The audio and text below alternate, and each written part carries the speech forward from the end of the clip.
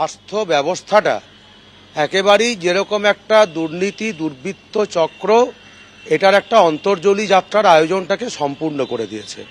এই যে আমাদের একদম পচে যাওয়া শেষ হয়ে যাওয়া স্বাস্থ্য ব্যবস্থাটার একটা সিমটম মাত্র। এটা প্রমাণ করে যে এই পুরো ব্যাপারটাকে দেখার মতো কেউ নেই, পরিচালনা করার মতো উপযুক্ত কোনো ব্যবস্থা নেই, পরিকাঠামো নেই। সার্বিকভাবে আজকে হচ্ছে যে আমাদের রাজ্যের স্বাস্থ্য ব্যবস্থাটার যেরকম একটা চূড়ান্ত অরাজকতার পরিস্থিতি, তাতে হচ্ছে যে এই ধরনের ঘটনা আজকে আগেও ঘটেছে, আজকেও ঘটছে, আমার আশঙ্কা আগামী দিনেও যে কোনো সময় ঘটবে।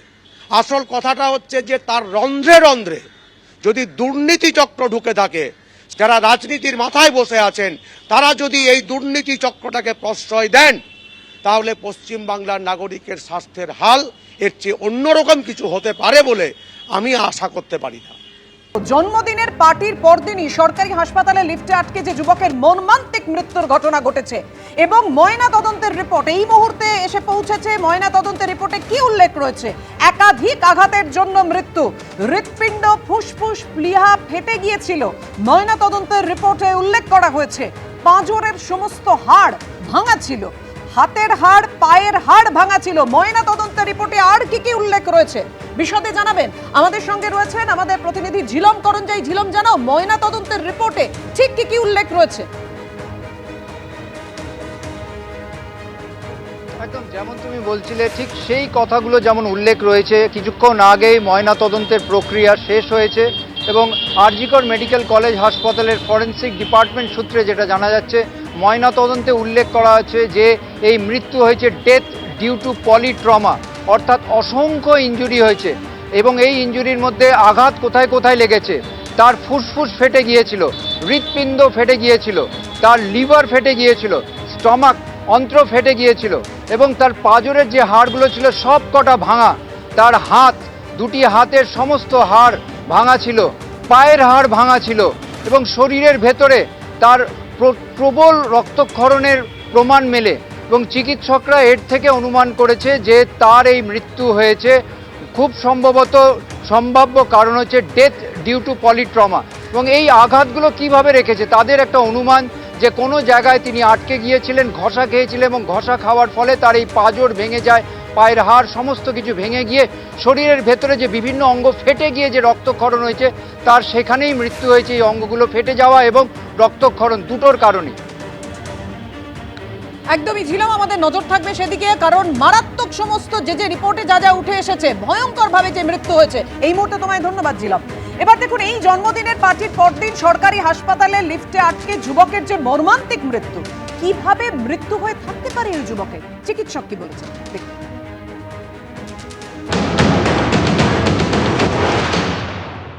এটা শুনে তো খুবই খারাপ লাগলো, মর্মান্তিক ব্যাপার এটা একটা। তবে লিফটের ক্ষেত্রে আমরা সবসময় যে ট্র্যাপড ডেথগুলো দেখি, বুঝতে পেরেছো, ট্র্যাপড ডেথগুলো না মোস্ট অফ দ্য টাইম দেখা যায় যে এটা একটা প্যানিক থেকে শুরু হয়, ঠিক আছে, একটা প্যানিক অফ সাফোকেশন এখান থেকে শুরু হয়। তারপরে যেটা হয় যে প্রচণ্ড একটা অ্যাড্রিনালিন সার্জ হয়, যেহেতু উনি ওয়াইফ বাচ্চাকে নিয়ে আটকে আছেন, এক তো নিজের জন্য একটা প্যানিক, প্লাস হচ্ছে ফ্যামিলির জন্য একটা প্যানিক। এবার সেটা ধরো 1 মিনিট হলো, 1.5 মিনিট হলো, সেটা তারপরে বেরিয়ে এলেন, ব্যাপারটা হয়তো নর্মালাইজ করে যায়। কিন্তু তারপরে হলে যেটা হয়, একটা ম্যাসিভ অ্যাড্রিনালিন সার্জ হয়। অ্যাড্রিনালিন সার্জ হলে কী হবে না, মানে তোমার পালস রেটটা হয়তো নর্মালি 80 থাকে, সেখান থেকে তো 180 হয়ে গেল। ব্লাড প্রেশারে একটা ম্যাসিভ সার্জ হলো, 200/100 প্রেশার হলো এবং তার থেকে একটা হার্ট অ্যাটাক হয়, ঠিক আছে। এখন অনেকেই ভাববেন যে হয়তো সাফোকেশন হয়েছে অক্সিজেনের ঘাটতি হয়েছে, কিন্তু লিফটগুলোতে ইউজুয়ালি অক্সিজেনের ঘাটতি হয় না। তার কারণ হচ্ছে লিফট কিন্তু এয়ার টাইট নয়, এধার দিয়ে ইয়েটে আসে। আর একটা হচ্ছে লিফটের ডেথে যেটা মানে সমস্যাগুলো হয়, যে লিফটে আটকে পড়লে যে আমাদের লোকজন পৌঁছতে পারে না, এই জন্য একটা ধরো কোনো সমস্যা হচ্ছে, তার তো কিছু একটা সময় সে দিয়েছে, এবার আমরা হয়তো সেখানে পৌঁছতে পারি না। হ্যাঁ, মানে এই যে ইভ্যাকুয়েশন, মানে এই যে প্রিভেনশন অফ, এটাও করা যায় না বিকজ অফ তুমি পৌঁছতে পারছো না বলে। আপনারা শুনলেন এক চিকিৎসকের বক্তব্য যে কিভাবে মৃত্যু হয়ে থাকতে পারে ওই যুবকের। কিন্তু যুবকের বাবা ভয়ঙ্কর সমস্ত অভিযোগ করেছেন যে কেন নিরাপত্তা রক্ষী ছিল না, কেন ছিল না ওখানে লিফটম্যান, চরম অসহযোগিতার অভিযোগ তুলেছেন তিনি। শুনুন।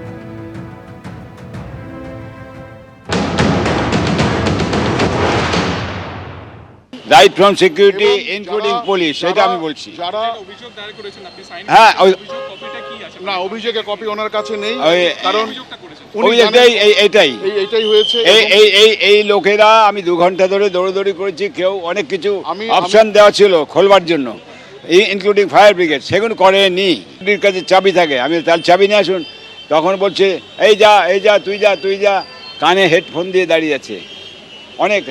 সে সব রকম স্টাফকে আমরা রিকোয়েস্ট করেছি, ইভেন ইনক্লুডিং CISF, বলে আপ লোক তোড় দিজিয়ে।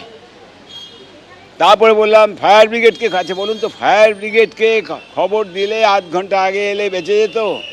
ফায়ার ব্রিগেডের কাছে ওর কাছে মেশিনারি আছে, ওটাও খোলার এক্সপার্টিস, এক্স্যাক্টলি রাইট। কিন্তু সেটা করলো না কেন? আমার ছেলেকে নিয়ে নিল ওরা। তাহলে এটা কি বলবো, ওরা ডেলিভারেটলি চেয়েছিল যে এই patient party whoever he may be, let them die. This is what I am telling you. অভিযোগ দায়ের করেছেন, হ্যাঁ। আপনার কি আস্থা রয়েছে এই তদন্তে? আশা করছি। আমি ওই যে তখন বোধহয় আপনি বলে ডিসি নাকে যাচ্ছিল, তাকে বললাম, উনি তো বলতে আই উইল সি টু ইট। আর এই ঘটনায় আরজি করে আন্দোলনকারী চিকিৎসক অনিকেত মাহাতো হাসপাতাল কর্তৃপক্ষের দিকেই আঙুল তুলেছেন। দেখুন।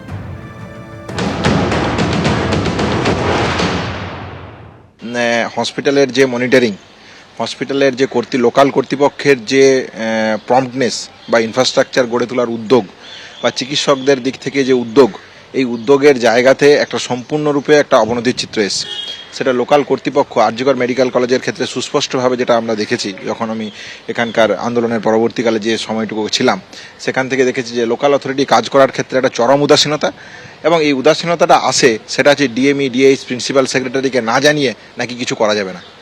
তাহলে একটা সামগ্রিক স্বাস্থ্য ব্যবস্থাতে যারা বসে আছে, তারা কোনোভাবেই চায় না যে স্বাস্থ্য ব্যবস্থার উপরিকাঠামোতে সম্পূর্ণ আমূল পরিবর্তন আনা, যে খোলনুলচে বদলে ফেলা প্রয়োজন, সেইটাতে যা যা সামগ্রী করার প্রয়োজন, তার একটা চরম উদাসীনতার জায়গা। 2024 সালে আরজি করে কর্তব্যরত অবস্থায় এক চিকিৎসকের ধর্ষণ ও খুনের ঘটনার পর এই কথাই বলেছিলেন আন্দোলনকারী চিকিৎসকরা। আর আজকের এই ঘটনা চোখে আঙুল দিয়ে দেখিয়ে দিল যে আরজি কর আছে, আরজি করে। অভয়ের মা কি বলেছেন?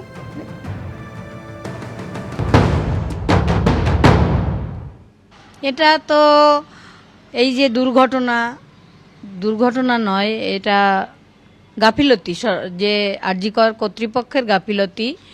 এটা তো আমি জানতাম আগে থেকেই, আমার মেয়ে অনেক কিছু আমাকে বলতো যে এটা হয় না, ওটা হয় না, এটা নেই, এটা নেই। এটা শুধু আরজিকর নয়, সমস্ত মেডিকেল কলেজগুলোতে রোগী পরিষেবার এই হাল। আরজিকরে সবচেয়ে বেশি। আরজিকরের এই দুর্নীতির জন্যই আমার মেয়েটা তার জীবন দিয়ে গেছে, তাকে বলি হতে হয়েছে। আমার এখানেই লড়াইটা, যে এই দুর্নীতিমুক্ত স্বাস্থ্য ব্যবস্থা। লিফটের পরিষেবা ঠিক নেই, তারপর যারা ওখানে যে যন্ত্রগুলো যেমন করতে হবে, কারো আলট্রাসোনোগ্রাফি করতে হবে, কারো মানে আর্থোস্কোপি মেশিন, কারো টেস্ট করতে, ওইসব থাকে না। ওইসব মেশিনগুলো যারা চালাবে সেই ব্যবস্থাটাই থাকে না। চূড়ান্ত অরাজকতার আরো একটা উদাহরণ আজকের এই দুর্ঘটনা আরজি করে। আর কি বলেছেন চিকিৎসক উৎপল বন্দ্যোপাধ্যায়? দেখুন। এবিপি আনন্দ, এগিয়ে থাকে, এগিয়ে রাখে।